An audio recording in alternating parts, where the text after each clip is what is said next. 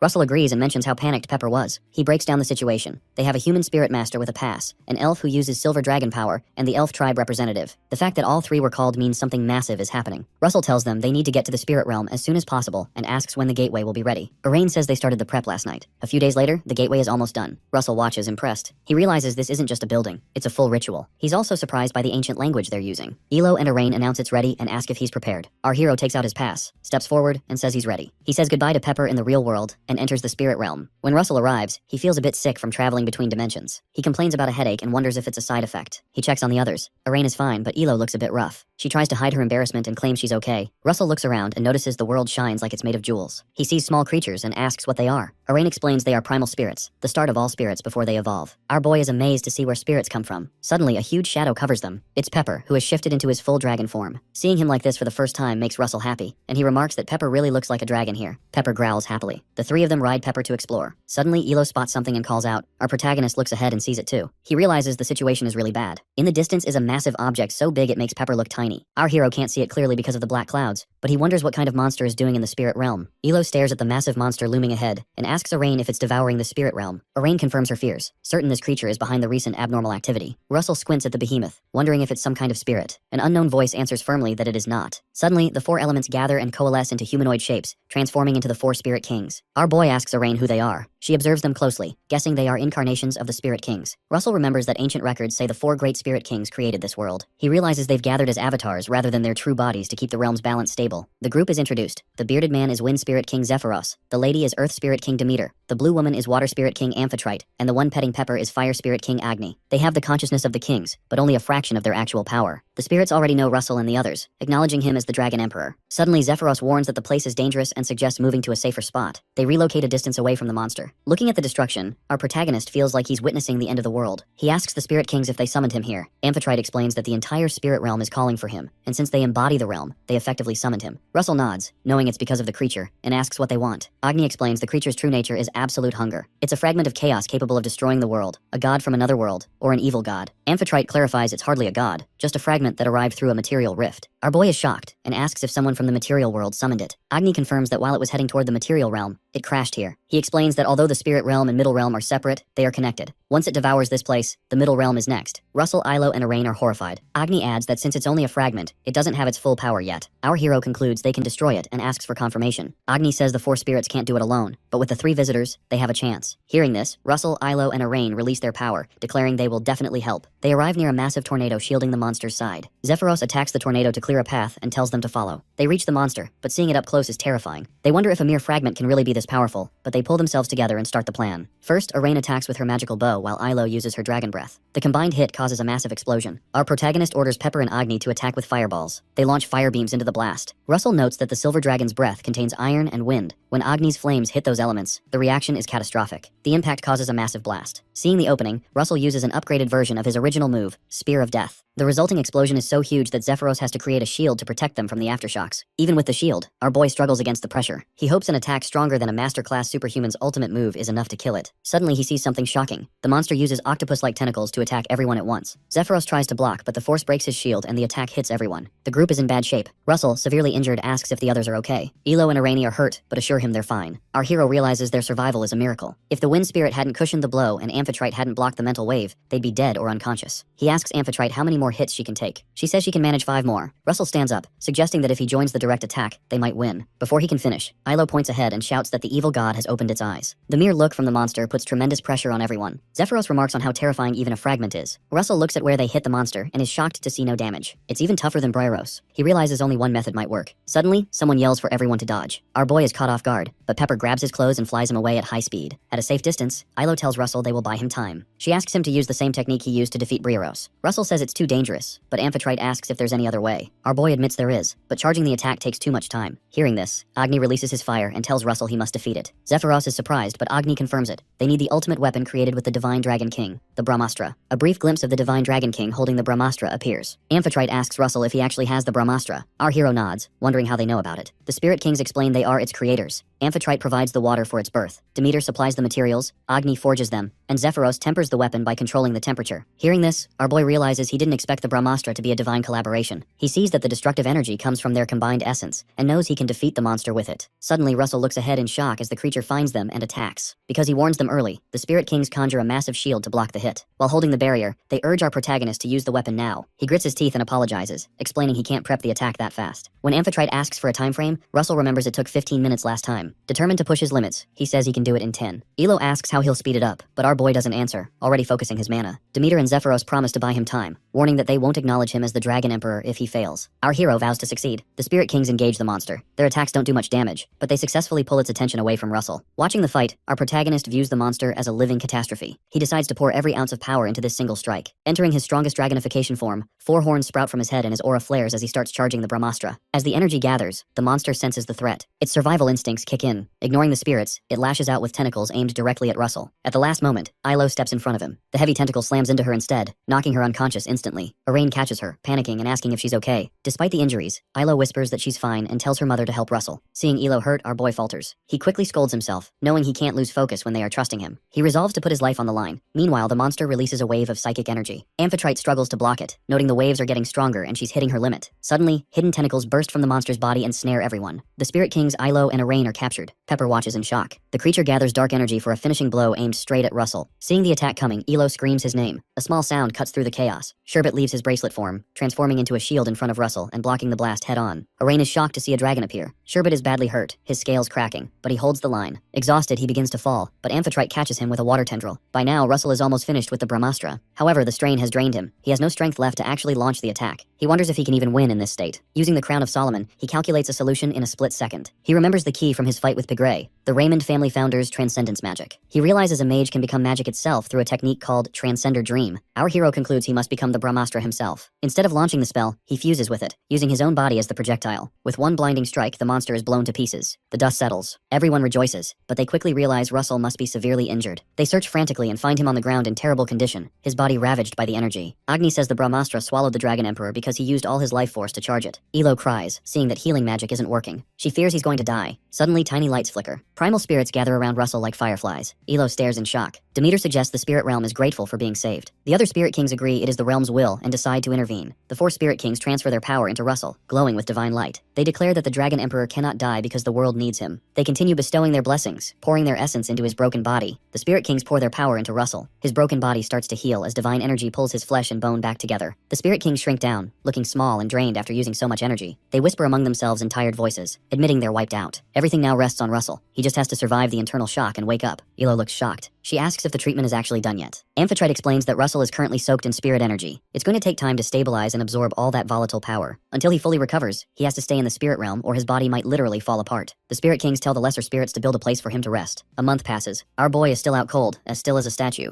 Ilo, who hasn't left his side, gets up to go find some medicinal herbs. Pepper and Sherbet are playing nearby and follow her out, their chirping fading into the distance. With the room empty, the focus shifts to Russell's mind. Inside his mental landscape, our protagonist is stuck in a never-ending fight against the monster. He fires off the Brahmastra and the creature turns to dust. But the kickback from the magic is too much. It melts his organs and kills him. Immediately, his eyes snap open again. Time rewinds to the moment right before he died. Russell tells himself he's killed this thing hundreds, maybe thousands of times. The result is always a tie where they both die. He's tried every trick and strategy he knows, but death feels like a wall he can't climb. With a fresh burst of grit, he casts Brahmastra again. He knows there's a way to use its full power without dying. He just hasn't cracked the code. Right now, his power isn't enough to handle the blowback. Still, Russell charges the monster with everything he has. He knows if he doesn't use Transcender Dream, the monster kills him. If he does use it and wins, the spell itself kills him. It's a brutal cycle. He wonders what his master or the founder of Transcendence magic would do in a mess like this. Suddenly, it clicks. He realizes Transcender Dream isn't just a power boost. It's about letting go of his physical limits and rebuilding his very existence out of pure magic. Our hero is stunned by the idea. He remembers that Transcendence magic is supposed to ignore the laws of heaven and earth. Using that logic, he decides to ditch his physical form and rebuild himself with the same properties as the Brahmastra itself. As he commits, thousands of magic formulas for the spell swirl around him and etch themselves into his soul. It hurts like hell, but he tells himself he can do it. He has to. Pushing through the pain, he sees a glowing shape in the dark void. He's shocked to see it's his 8th circle, finally fully formed. Back in the real world, Elo is searching for herbs when a massive explosion rocks the house where Russell is staying. The peace is totally shattered. Pepper, Sherbet, and Ilo freeze in fear. Standing in the middle of the blast zone is Russell. He's awake and trying to keep his new 8th circle from spiraling out of control. He realizes he's overflowing with mana and can't believe how much power he's holding. Suddenly, system windows pop up. Since the Spirit Kings gave him their blessings, his mastery over all elements has hit the ceiling. Russell is stunned, wondering if they really gave him all this while he was asleep. Since the mission is technically done, more alerts appear. He can now use dragonification to turn into a full dragon, not just a hybrid. Our boy is hyped but stays grounded. He reminds himself that while he can transform, he could get hurt if he's not careful. Moving in a brand new body takes time to learn. Like a kid growing up, you start clumsy and get smoother with age. He knows he'll need patience to master the dragon form. Just then, Elo runs up and gives him a massive hug, crying her eyes out. She tells him she's so glad he's finally awake and talks about how worried they all were. Pepper and Sherbet jump on him too, chirping with relief. During the reunion, a voice drifts through the air. The Spirit Kings are watching, teasing the couple about what a beautiful sight it is, and telling them to keep going. Amphitrite jokes that they ran over because they thought something exploded, but maybe they're just crashing a moment. Elo turns bright red and hides behind Russell, stuttering that she's just happy he's okay. Agni laughs and says the Dragon Emperor looks pretty cool. Demeter is just glad to see the power boost, noting that Russell didn't just recover, he perfectly absorbed their essence. Russell gives them a sincere thank you. Amphitrite steps up and asks the Dragon Emperor for his hand, so the uninvited guests can head out. Russell reaches out and the Spirit Kings give him one last spark of energy. A glowing mark appears on his palm. The spirits explain that the mark is a direct link to them. He can use it to summon them to the material world, but Agni warns him to be careful. It's a one-time deal. Our protagonist thanks them for the massive gift. To himself, he knows summoning the Spirit Kings is a total game changer, a trump card he needs to save for a real emergency. Suddenly, it hits him. He asks Elo how long he's been out. She tells him it's been a month. Russell panics. There's a massive war happening in the human world, and being gone for a month is a disaster. He asks Ilo to open a wormhole right now. Elo hesitates, not sure what to do. Seeing how stressed he is, the Spirit Kings use their own power to tear open a portal. Since it's time to go, they invite them to come back and visit once the war is over. Russell thanks them for everything and steps through. Over in the human world, Alan is waiting anxiously when Azalan shows up. Alan is surprised to see him. Azalan asks how much longer he's going to wait, mentioning that Lady Arain said Lord Russell was healing in the spirit realm. Alan looks stressed. He explains that the king gave strict orders to bring Russell back ASAP because everyone is fearing the worst. As they talk, a huge surge of energy pours out of a wormhole, making the ground shake. Both men watch in total shock as Russell Raymond steps out of the light. At Laviton Fortress in Endymion's eastern territory, soldiers swap shifts with tired movements. The fresh, nervous recruits ask the veterans for an update. The older soldiers explain a level 1 alert is active. They grumble about the massive workload and vent their frustration at the Empire for dragging them into this mess. As they talk, the ground starts shaking. A huge horde of undead shows up, so many they block out the horizon. The sight of that many monsters sends the soldiers into a panic. The scene shifts to Russell and Alan flying toward the capital on Pepper. Alan fills Russell in on the Empire's surprise attack. Our protagonist looks worried and asks about the damage. Alan says 9 territories were hit and 3 are totally gone. He mentions they took back 4, but fights are still breaking out in the last 2. Russell gets angry and asks how the capital is handling it. Alan says the king ordered the whole army to get ready for war. This force includes Sir Ares and the Beast King, who are heading out today. Hearing this, our boy tells Pepper to floor it toward Endymion. Later at the royal palace, the king asks his butler if there's any word from Duke Russell Raymond. The butler says no. The king wonders who will lead the 5th army since Russell is missing. He looks stressed and says they have to pick Muya. He explains that while Muya is strong, she isn't really built for leading an army. He really wanted Russell for the job and worries about him, wondering how bad his injuries are after being in the spirit realm for a month. He prays for Russell to make it back safe. The king goes to talk to his troops. A massive crowd of soldiers and superhumans waits for him. He starts his speech, saying the Empire's attack caused huge losses and killed many civilians. To honor the dead, King Alfonso Rathmos declares full-scale war on the Britannia Empire. The soldiers go wild cheering. The king gives the superhumans their orders. Flame Tower Master Daria Snow White is named commander of the 1st army and the overall boss of the forces. Sir Gillian and Sir Ares take the 2nd and 3rd armies. Yellow Tower Master Nicolo gets the 4th. Before he can name the 5th army leader, a huge explosion rocks the area behind the soldiers. Everyone jumps, but the king smiles when he sees the source. Emerging from the smoke is Russell. Grand Duke Russell Raymond greets the king. Daria is shocked at how much Russell has leveled up. She can't believe he reached the 8th circle in just a month. Everyone else is just as stunned by how fast he's growing. Muya is just happy to see him. Our hero says sorry for being late. The king tells him to stand up, saying just having him back is enough. He officially makes Russell the commander of the 5th army, and Russell accepts. The king also puts the Blue Tower Master on capital defense and the White Tower Master on logistics. With the team set, the king orders the army to move out and hit the Empire. Afterward, Russell and Daria catch up. Russell explains what went down in the spirit realm. Daria is shocked that monsters from other worlds can cross over. Russell says he took notes on the spirit realm and will show her after the war. Daria praises him, but she feels uneasy thinking about his journey. It feels weird to her how he coincidentally gets stronger every time, like his path is already set. As a mage, she doesn't believe in destiny, but if it's real, she's worried for him. She pivots and tells Russell that someone else will handle the day-to-day leading because their roles are different. Our boy is confused. Daria explains that a normal commander leads troops, but they were given authority to keep the Empire's superhumans in check. Basically, they have the freedom to do what they want on the battlefield. She warns him that even as an 8th circle magician, he needs to tell her before he goes off on his own. Russell agrees. As he leaves, Daria worries that if he has to deal with the weight of his destiny, she wants to be there to support him. That night at camp, Russell is in his tent when Muya walks in. Our boy asks what's going on. Muya says she wanted to see his face and brought a message. Russell asks what it is. Muya gets annoyed, asking if he ever thinks about anything besides work. She complains that they haven't seen each other in forever, and he didn't even say hi properly. Russell apologizes, a bit intimidated by her tone. Muya gets right in his face. She sniffs him and says his scent is way stronger now, asking what happened. Our protagonist blushes and backs off. He realizes Muya noticed the change immediately. He asks about the message again. Muya says he should have greeted Princess Hecate first, and tells him Hecate waited for him the whole time he was gone. Russell says he's sorry, but the situation was so bad he had to rush to the front lines. Muya calls him a bad man, but hands over a letter from Hecate anyway. She says she hates doing this, but it's the last time. Our boy is happy to get the letter and starts reading. Hecate wrote that she knew he'd go straight to the war. Russell laughs at that. She says she understands and accepts it since she chose him. She apologizes for writing during a war, but says she wanted to check on him since she heard he was hurt. She tells him she's praying for him and orders him to come back in one piece. Reading how much she cares makes Russell feel emotional, and he says sorry to her in his head. Later, at the Empire's Dragon Fortress, a group of shady people watch from the shadows with evil smiles. They whisper that this famous fortress is about to become Russell Raymond's grave. At the Dragon Fortress, the Lord hears that a massive army from Endymion led by Russell Raymond is closing in. He is terrified because he knows exactly what Russell can do. However, he's under the impression Russell is still a 7th circle magician, not realizing our hero has already hit the 8th circle. 3 mysterious figures show up and tell the Lord he can relax because they've arrived. They turn out to be the Boar brothers, masters from the Galmanium Tower. The oldest, Stro Boar, acts pretty arrogant and says they aren't about to hand over their fortress to some kid. The Lord welcomes them but still feels uneasy. He points out that their enemy is a 7th circle transcendent being, while the brothers are only at the 6th. The second brother, Wood Boar, lets him in on a secret. They've mastered an ultimate magic that the world doesn't know about yet. The third brother, Brig Boar, gets annoyed that the Lord is even doubting them. Relieved to hear about this secret magic, the Lord asks for the plan. Strobor explains they need to shift the battlefield to their advantage first. He asks for total support and promises not to let the Lord down. The Lord agrees to give them whatever they need. The 3 brothers grin, plotting to teach the kid a lesson that will cost him his life. Back at the camp, Muya's shouting is so loud it scares the guards. She asks Russell if he's really trying to send her somewhere else. Our protagonist explains that placing a transcendent being like her in a different spot is more effective than moving 8,000 troops. Muya doesn't care. She just wants to fight by his side. Russell cuts a deal. If she listens now, he'll duel her once a week after the war. She immediately cheers up and heads out. Watching her go, our boy laughs to himself, thinking she hasn't changed one bit. He then turns his focus to the fortress. The Endymion army arrives but can't find a clear opening. Since the ground in front of the gates is a flat plain, they're sitting ducks for anyone watching. Bannon, a staff officer, suggests a small detachment for a front-end strike since they'd be harder to spot. Russell agrees to the plan of taking out the surveillance first, but worries the soldiers would be in too much danger. He decides he'll just infiltrate the interior himself. Suddenly, a soldier spots the Imperial forces calling for a duel challenge. Russell is surprised. A duel usually means a one-on-one between reps, and he figures they're just stalling. It feels off that they'd ask for a duel while hiding behind walls. The staff officer feels the same way. Russell realizes they are baiting him specifically. The gates swing open and a bunch of mages from the Galmanium Tower march out. An officer warns Russell that these brothers are known for being cruel. Another points out how weird it is that they brought an entire magic corps for what is supposed to be a solo duel. Our protagonist senses a trap. He knows they still think he's only 7th circle, so he decides to take the bait. The staff officer panics and tells him to wait, but Russell says the enemy is too confident and they need to capitalize on that. He tells his army to back off to stay safe and walks toward the fortress alone. Seeing the army retreat, the Boar brothers start laughing. Strobor calls them cowards. The second brother wants to just wipe them all out right now, but Stro stops him, noting the enemy formation is ready for a counterattack. Woodboar decides to use sound magic to talk trash, calling Russell a scared kid and a coward. This pisses off everyone on Russell's side. Our boy hops off his horse and tells his officers he's going in to shut them up. In an instant, Russell is standing right in front of them. The brothers are thrilled they lured him in. Strobor mocks him, saying kids are easy to play. Russell hits back, telling them that even with a lifetime of training, they're still weaker than him. He calls them old men with one foot in the grave who talk too much. Wood and Brigg see red, but Stro tells them to settle down since Russell is about to die anyway. He orders the formation to start. All the mages begin dumping their mana into Stro, and his power levels skyrocket. Our hero realizes they're going all out. Stro brags about his ability to absorb his team's energy, claiming he's now way beyond his actual rank. He launches a rapid-fire attack. Russell has to work to dodge the barrage. Stro keeps taunting him and throws a flamestorm. Russell counters with a fire blast, causing a massive explosion. Stro gives him a tiny bit of credit, admitting he might actually earn his title. While blocking, Russell stays calm and analyzes the situation. He notices Stro isn't even winded despite using huge spells, meaning that infinite mana pool is a problem. He decides he needs to take out the source, the magic core. Russell fires off a Corano spell at the other mages. Stro curses him and uses Destruction of Animoy to whip up a tornado to block it. He thinks he's safe, but then notices the mages behind him are getting hit anyway. His smile disappears. He realizes our boy used time layer magic to hit the formation without him even seeing it. Stro screams that Russell is trash and vows to kill him. As he gears up for another strike, our hero prepares to drop the hammer. Russell decides it's time to stop holding back since these guys clearly have no idea who they're dealing with. Strobor unleashes a magic spell to crush his opponent. Russell dodges the barrage easily and lands on the ground. He immediately casts Earthquake, targeting the group of magicians supporting the eldest brother. The ground splinters and the attack badly injures the supporting mages, breaking their formation. Seeing this, Strobor starts to worry. If this continues, their shared mana pool will run out. Desperate, he attacks Russell again. Our boy smiles and counters with Frost Avalanche. A wave of freezing energy crashes forward. Strobor is shocked to see Russell use such powerful ice magic. While blocking the attack, he realizes the brat has used fire, earth, and now ice magic, all at full power. Plus, his casting speed is incredible. He understands too late that underestimating our protagonist was a grave mistake. He prepares his strongest attack to end the fight instantly. However, before he can act, our hero casts Wild Charge. The spell bypasses Strobor and hits the mages standing behind him instead. Seeing his comrades injured and unable to help, Strobor makes a cruel choice. He begins forcefully draining their mana to refill his own. This causes his allies intense pain. They beg him to stop, but he ignores them and drains them dry. Using the stolen power, Strobor uses his signature move, Destruction Octopus. Dark tendrils of energy lash out. Russell shakes his head, noting that a technique created by sacrificing others has no foundation, even if it is inspired by ancient magic. He says he has to destroy it and uses Mantis Slayer to attack. The two attacks collide violently. When the smoke clears, our boy stands unharmed, but Strobor is in terrible shape with his spell shattered. He screams in disbelief, wondering how Russell dared to destroy his most powerful attack. He tries to gather mana for another strike, but his reserves are empty and his allies are down. Our protagonist approaches him, ready to strike. He mocks Strobor, asking if he is out of mana. The mage tries to stop him and pleads for his life, but Russell uses flame cannon. A beam of fire pierces Strobor, killing him. Afterward, inside the fortress, Count Mayhem paces anxiously. He is worried because there is no movement from the Galmanium Tower mages. A guard suggests they might still be fighting. Suddenly, our hero appears on the fortress wall, looking down at them. He announces that victory is already decided. He asks if the man is Count Mayhem, and tells them to surrender peacefully so no one gets hurt. Hearing this, Count Mayhem curses him. He asks how Russell dares to show up and mocks him for thinking he can handle an entire fortress just because he beat a few mages. He orders his knights to behead the intruder. Our boy sighs, saying that if they want to fight, they'll get one. He uses firewood soldiers to summon flaming constructs. A chaotic battle begins between the fire soldiers and the knights. A knight reports to the lord that the number of enemy soldiers is growing. Count Mayhem orders them to do whatever it takes because they cannot lose. However, Russell's fire soldiers are too strong for the knights. Despite this, the defenders refuse to give up because of the fortress's reputation. Seeing this, our protagonist decides to step it up. He uses another spell, Fire Giant King, to summon massive fire golems. The sight of the giants breaks the knights' morale. They panic and start fleeing. Even Count Mayhem is terrified. He screams, asking where the giants came from, and orders all knights to retreat and protect the western gate. Meanwhile, outside the walls, the Endymion army watches for a signal. Russell had instructed them earlier that after the main battle ends, he would use ice magic as a sign. When that happens, they must attack the fortress. Remembering this, Captain Bannon orders his soldiers to charge. Back at the fortress, our hero continues attacking with spells to clear the path. He knows that the longer the fight lasts, the more people will die. He decides to end it quickly. He spots Count Mayhem shouting orders to defend the gate and uses a spell to attack him. Blocking the attack, Count Mayhem uses an evil technique to increase his power, and his aura turns dark. He vows to end Russell's game today and attacks. Our boy dodges the blast, but the explosion hits the Lord's own soldiers, killing them instantly. Our protagonist is shocked. He scolds the Lord, saying that using such a technique in his own camp means he doesn't care about his allies at all. Count Mayhem keeps attacking, claiming that small sacrifices don't matter if he can kill the enemy commander. Our hero grows furious. He calls him a cowardly bastard and asks what the point of winning is if he sacrifices his own people. He uses Fireblade to block the Lord's next attack and breaks his sword. The force of the attack rebounds, flying straight toward the Lord. The attack rebounds with terrifying speed, striking Count Mayhem directly. The impact is fatal. Outside the walls, the Endymion army tries to breach the fortress gates, but the defenders fight back fiercely. The battlefield is intense, filled with the clash of steel and the roar of magic. Suddenly, the fighting stops. Russell stands on the high wall, holding up the severed head of the Lord for everyone to see. He projects his voice, announcing that Count Mayhem died by his hands. He promises that if they surrender now, they won't be harmed. Seeing their leader dead and their strongest mages defeated, the knights lose their will to fight. They drop their weapons and surrender. The Endymion army erupts in cheers, chanting our boy's name to celebrate the victory. Later, at the Guinevere Palace, King Alfonso Rathmos receives news that Russell conquered the Dragon Fortress. He expected success, but with our protagonist involved, he felt it was a certainty. However, as the king reads the report, something feels off. In centuries of conflict with the Empire, no campaign has ever been this easy. The king asks the Blue Tower Master about the movements of the Empire's superhumans and undead. The Tower Master reports no movement from the enemy superhumans yet. The undead are just guarding the borders and aren't acting aggressive. Hearing this, Alfonso suspects a trap. He orders the Blue Tower Master to investigate and tells the defense minister to keep all forces on high alert. Back at the fortress, our hero discusses logistics with Mr. Donovan, a staff officer. Donovan notes that usually, corpses and the wounded go to the rear unit, but regrouping with reinforcements is the wisest move here. Russell agrees, noting the delay is likely because so many Imperial soldiers surrendered. Donovan explains that over 3,000 soldiers gave up, which is way more than they expected. Our boy realizes the number of prisoners is too high to manage while moving. He agrees to wait for reinforcements to secure the captives and tells Donovan to proceed. Donovan salutes and leaves to relay the orders. Left alone in the quiet fortress, our protagonist smiles. He thinks this pause is the perfect chance to learn a new spell, 8th circle magic called Hellfire. Russell knows Hellfire is lost magic from a time when such power was forbidden. It is the peak of fire magic, capable of burning both the body and the soul. He remembers his master using something similar and feels ready to try it. He starts analyzing the magic chart, memorizing the formula and entering his world of consciousness to simulate the mana flow. Our hero discovers that Hellfire works like summoning magic. It doesn't just create fire, it pulls flames from another dimension. Russell starts the chant, his 8 circles spinning rapidly around him. As he chants, our boy feels sharp pain through his veins. The foreign mana clashes with his own, but he grits his teeth and endures it. He figures if he mastered the Brahmastra, he can handle this too. He focuses on the magic, compressing the volatile energy until the air shimmers with heat. A huge blast shakes the room. The smoke clears, and our protagonist holds a black flame, Hellfire, in his hand. He successfully charged the spell. He recognizes it as the flame that burns souls, but looking at the flicker, he thinks it needs more work before he uses it in a real fight. An idea hits him. He could combine it with his original magic and the Brahmastra. Russell immediately starts experimenting, merging the energies. Outside the room, the knights feel a massive pressure coming from the commander's quarters. Some think it's an enemy counterattack and grab their weapons. Donovan stops them, explaining the energy is coming from Russell. He warns that the mana is dangerous and tells them to be careful. A mage nearby looks at the aura leaking from the room in total terror. He stammers that it feels like a dragon. A bit later, the pressure fades. Russell plays innocent, pretending he doesn't know anything about the magical blast. Donovan says that isn't why he's there. He wants to request a detachment squad to cut off the Empire's supply line while the main army waits. Our hero asks if he will lead the mission. Donovan laughs and says keeping someone with his talent here to guard prisoners is a waste, so yes. He hands over a list of squad members. Scanning the names, Russell smiles, confident the mission will work. 3 days later, our protagonist stands at a meeting point in a dense forest. A squad member approaches from behind, surprised the commander is already there. Russell turns and greets him. It is Professor Hubert. Hubert speaks formally, bowing and saying it is an honor to fight alongside him. Our boy is surprised by the stiff attitude and tells the professor to relax. Hubert thanks him but stays respectful. He mentions it hasn't been long since their last mission together. Russell remembers the Keel Kingdom incident. Hubert looks back at that day with regret. He remembers how our hero was supposed to be his support, but Hubert ended up being useless while Russell handled everything. He worries he might get in the way again. Our protagonist reassures him, telling the professor not to say that because he's always been a support. Russell says firmly that without Hubert, he wouldn't be here. He would have died after being expelled from the academy if not for Hubert's help. Hubert blushes and suggests they get moving to hide his embarrassment. Russell laughs, lightening the mood. The group sets off, moving silently through the woods. At the Empire's supply line, the area is pitch black. Many undead warriors are on patrol. Russell, Hubert, and the squad reach the perimeter. Seeing the undead, our boy remarks that they don't need light to see. He attacks immediately to start the ambush. Seeing this, Hubert casts a fire serpent spell to light up the battlefield. Professor Hubert suggests burning all the supplies so the Imperial army can't use them again. Russell stops him and shakes his head. He points out that since the enemy stored so many valuable resources here, it would be a waste to destroy them. Instead, our boy orders everyone to put the supplies in their subspace pockets for their own use. A short while later, the team finishes looting the entire camp. Professor Hubert calculates their gains and tells Russell that with these supplies, their army can sustain a campaign for the next month without needing a resupply. Our protagonist agrees but warns that the Imperial army will definitely retaliate, so everyone must stay alert for a counterattack. As Russell speaks, he suddenly pauses because he senses a very strong presence. Seeing our hero clutch his head in pain, Professor Hubert asks what is wrong. Russell explains through gritted teeth that he feels a powerful, oppressive energy nearby. Meanwhile, at a distant ridge, a person stands in the shadows aiming a bow. He curses the Endymion bastards and vows to destroy them. He releases the string, launching a powerful attack. The single arrow splits into multiple projectiles in midair, raining down on Russell and his companions like a meteor shower. Chaos breaks out. Seeing the bombardment, our boy activates the Crown of Solomon and creates a massive shield to protect his squad. Russell realizes that every single projectile carries the power of the 6th circle. However, his companions are only 5th circle mages or lower, so they can't withstand this. He tries to use mana detection to find the attacker, but even after searching the area, he finds no trace. Our protagonist is shocked because his 8th circle detection range covers dozens of kilometers, yet the attacker remains invisible to his senses. Meanwhile, the attacker realizes that Russell is trying to find him using mana detection. He laughs loudly, revealing he holds a divine weapon called Boreas. He boasts that a lowly mage cannot find him because his weapon uses a different power entirely. He keeps attacking and increases the pressure. Blocking the barrage, our hero considers sending Pepper to find the attacker. However, he quickly drops the idea, fearing Pepper might get hurt by the mysterious weapon. The only option left is for Russell to use his mind's eye to locate the caster, but he also has to keep the barrier up to protect his team, and since he cannot do both at once, he starts to worry. Professor Hubert places a hand on our boy's shoulder and remarks that it looks like the commander needs help. The other squad members step forward, joining their mana to hold the barrier. Russell nods and quickly enters his mind realm to find the person responsible. Inside the mental landscape, our protagonist discovers why his mana detection failed. The energy attacking them is not mana, but divine energy. The divine power has taken the form of a serpent to hide the attacker. Russell is surprised. He expected a strong mage but never anticipated divine power. He decides to return to his body now that he has the location. Before he can leave, the divine serpent notices him. It approaches instantly and attacks without hesitation. Our hero is severely injured in the spiritual clash. The impact shows on his physical body as he suddenly vomits blood, terrifying Professor Hubert. In the mind realm, Russell's soul body is tightly squeezed by the serpent. He is shocked by the strength of divine power and feels helpless against it. Just as the serpent prepares to eat his soul, immense energy erupts from our boy's core. A system window appears. The Dragon Emperor's divinity has awakened. Due to the awakening of the Divine Dragon King's divinity, a majestic dragon emerges from Russell's soul body and starts consuming the serpent. Our protagonist is stunned. He realizes this is the Divine Dragon King's divinity. He wonders if he inherited this simply because he is the successor. He concludes that getting the Brahmastra was just one key to unlocking this true inheritance. The energy returns to Russell's body, reintegrating violently and making him scream in pain. Afterward, Russell wakes up in his physical body, clutching his head as the pain fades. Professor Hubert, deeply worried, asks if he is okay. Our hero immediately asks if the enemy has stopped attacking. Hubert confirms it but wants to know what happened. Russell realizes he cannot use that divine power again at will. He tells Hubert he will explain later, declaring that they must kill the attacker first, then rushes off toward the ridge. Meanwhile, the attacker suddenly weakens and collapses, his energy completely drained. His butler rushes to his side, asking what happened. The young master is shocked, wondering how his divine power vanished so fast. When he sees his divine weapon, Boreas, turning to dust, he panics and screams that this cannot be happening. Their family heirloom cannot end like this. While he panics, Russell arrives. Our boy looks at them and tells them he found where they were hiding.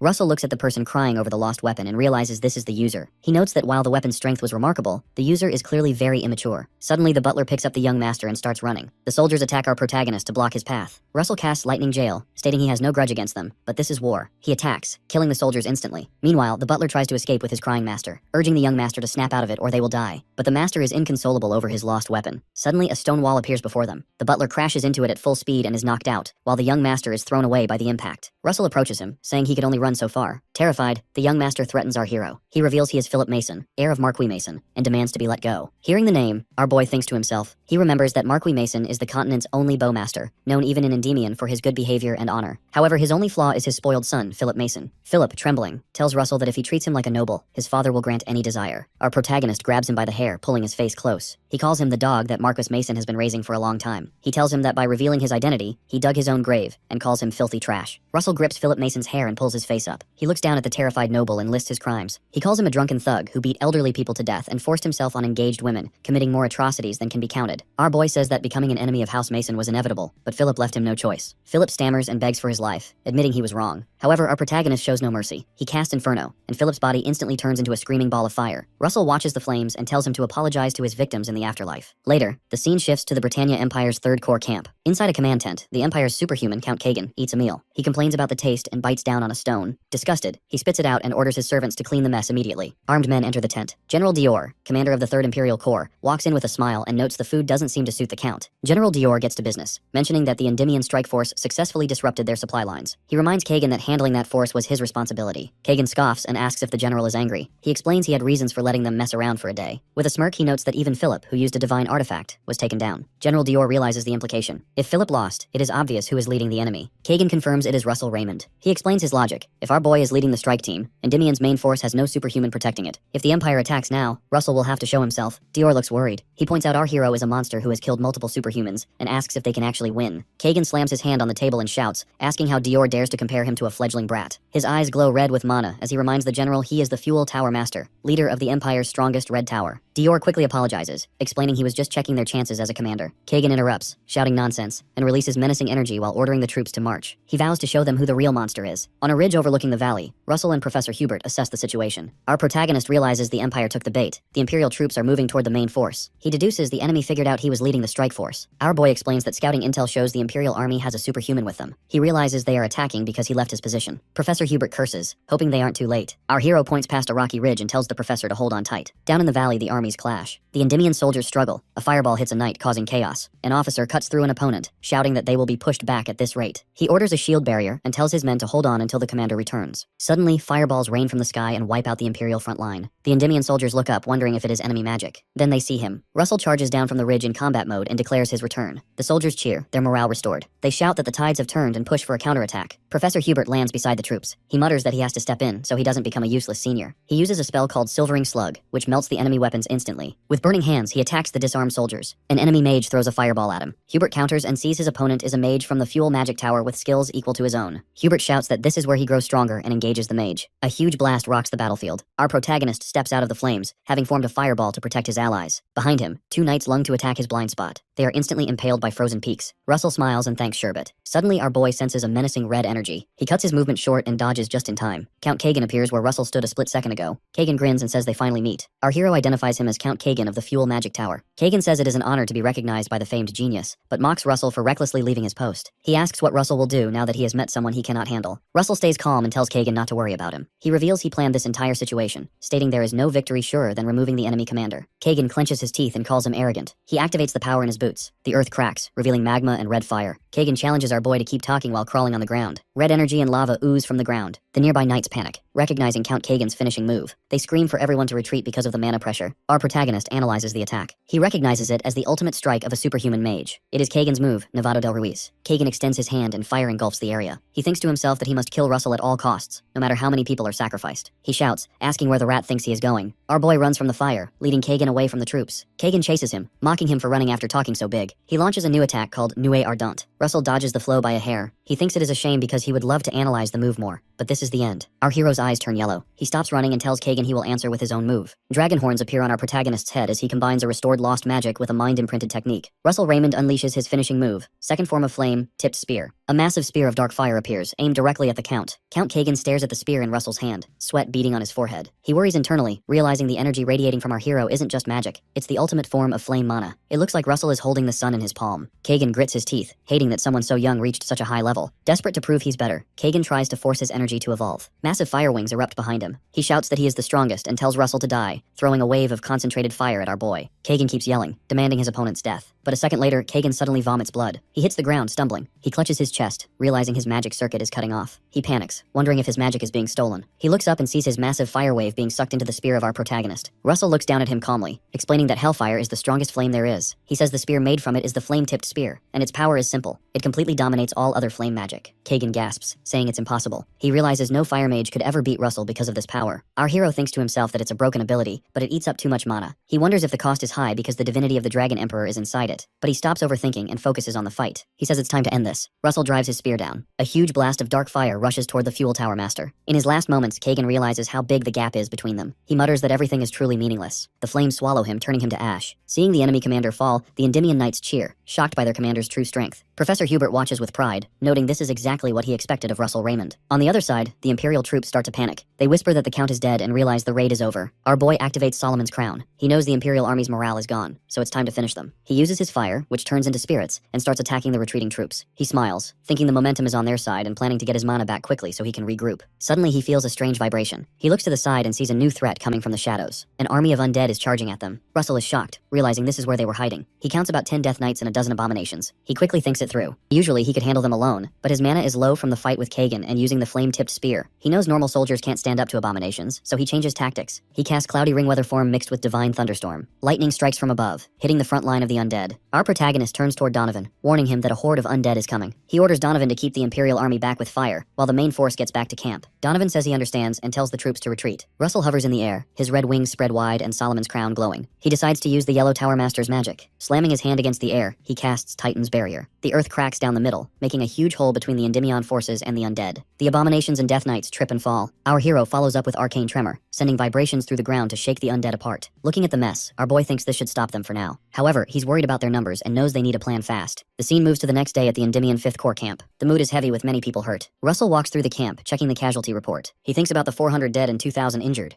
realizing how bad the losses are in a full-scale war. He wishes he had arrived sooner. Just then, a bandaged hand waves at him. Professor Hubert steps out of a tent and tells the commander to get some rest. Our protagonist asks his senior brother if his injuries are okay. Hubert laughs, saying if he looks this bad, the enemy must look way worse. He mentions the enemy is a total mess. Our boy smirks, seeing the professor is in a good mood despite being hurt. He asks if there was good news last night. Suddenly, he realizes something and asks if it's true. Hubert nods, glad Russell noticed. He explains this battle gave him the clue he needed to reach the 7th circle. He thinks if he pushes a bit more, he'll get there. Russell claps, happy for him. He says he knew the professor would do it. Hubert smiles, admitting it's a bit embarrassing to be praised by his junior. He asks Russell if he has time because he has a lot of questions. Russell asks him to wait at his tent, explaining he needs to finish checking on the soldiers first. Hubert agrees and tells him to take his time. As the professor leaves, our hero's face goes serious. He tells himself to finish this as fast as possible. Our boy flies into the air and lands in a quiet area far from camp. He speaks to the empty air, asking why the guest won't come out, or if he needs to go find them. The ground starts to shake and move. A figure bursts out of the earth. Our protagonist looks at the newcomer and sighs, asking what it is this time. Standing there is the corrupt dragon, Zillion Ryester. Regester looks at our boy, thinking to himself that he came searching for the Dragon Emperor after sensing the divinity, but the boy is still far from complete. Yet the dragon unexpectedly bows down. He introduces himself as Zillion Ryester, one who strayed from the path but has not forgotten his essence, and commands respect for the master of all dragons. Our protagonist is confused, wondering why the dragon is suddenly kneeling and what he is scheming. Ryester stands up immediately and clarifies that Russell should not expect reverence beyond this. He kneels only before the divinity of the Dragon Emperor, not the boy himself. He calls our hero nothing more than an incomplete vessel. Russell sighs, saying that if he disappointed him, he apologizes and asks what business Ryester has with an incomplete Dragon Emperor. With a menacing voice, the corrupted dragon says it is time to reveal how he fell. He begins his story. Long ago, far longer than a few thousand years, he waited to hatch. Even within the egg, Ryester possessed consciousness. He felt his mother's warmth and heard her voice, promising to return before he hatched. However, he learned much later that a great war between the giant tribe and the surface races was raging. His mother joined the battlefield, and an endless wait began. Centuries passed. The hatching period came and went, but his mother never returned. After several hundred more years, he realized he had been abandoned. Overcome by unbearable betrayal, he resolved to die. At that moment of despair, a mysterious figure found him. From that day until now, Ryester has lived as a corrupted dragon. Hearing this, our boy thinks to himself that even young and weak, a dragon is still a dragon. For someone to corrupt a dragon to that degree, the culprit must have been a transcendent, someone who claimed power through the ways of the cultists. Ryester speaks again, admitting he originally intended to use the divinity to escape the curse, but it seems our protagonist still has a long way to go. He states that while Russell possesses power, his attitude offers no desire to help. Ryester decides to remain nearby for now to allow the curse to weaken naturally. Before leaving, he gives one warning: beware of those at the heart of the empire. Our hero asks what he means, but Ryester vanishes into the sky, wishing the young dragon emperor fortune. Our boy returns to the camp, pondering the warning. He realizes heart of the empire must mean the cultists. He remembers their prophecy about covering the continent in blood and shadow, wondering what their ultimate goal is. Just then, Donovan runs up to him breathless. He says they have been searching everywhere. Russell asks what brings him here. Donovan reports that a message arrived from the main army, led by Master Dariah. Russell asks what it says. Donovan explains that the Imperial army has withdrawn from most of its forward bases and is gathering at a single location. Our protagonist realizes they are preparing for a full-scale war. Donovan confirms that all signs indicate a massive confrontation. Our boy analyzes the situation, calculating that the Imperial force is roughly 1.5 times larger than theirs. Including the Undead Legion, the difference is overwhelming. However, Endymion has 3 8th Circle mages, including himself. Since the Empire lost the Black Tower Master and he eliminated 3 of their superhumans, the fight is winnable. He identifies the variable, the Doom Knight, a supreme undead that surpasses a Death Knight and rivals a superhuman. If that project has been completed, victory is not guaranteed. Donovan adds more news. He states that instead of Sir Ares, the Blue Tower Master will join the battlefield. Our hero asks what happened to Sir Ares. Donovan explains the knight stayed behind alone to buy time for their retreat and suffered massive injuries, revealing the opponent was the Imperial Bowmaster. Our protagonist is horrified, thinking to himself that there is only one Bowmaster in the Empire, Marquis Mason, the former master of the Divine Archers and father of the scoundrel Philip Mason whom Russell killed. He realizes the Marquis has joined the war for revenge. Our boy asks about the main army's stance. Donovan replies that Commanding General Master Dariah says if the Empire wants a full-scale war, they shall gladly accept. A smirk appears on Russell's face. He thinks that is just like his master's way. He turns and commands the troops to deploy immediately. They will unite with the main army. 10 days later, late at night, undead roar on the ground below. Hovering above, our hero thinks this is bothersome. He has had 6 encounters in this area alone. He notices even spirit-type undead exist here, so he decides to imbue hellfire into his mana. He lights a small black flame in his hand and throws it. The undead are consumed by the flames of hell instantly. Meanwhile, the mages controlling the undead panic. They realize it is an ambush and try to retreat, forgetting their formation. However, before they can escape,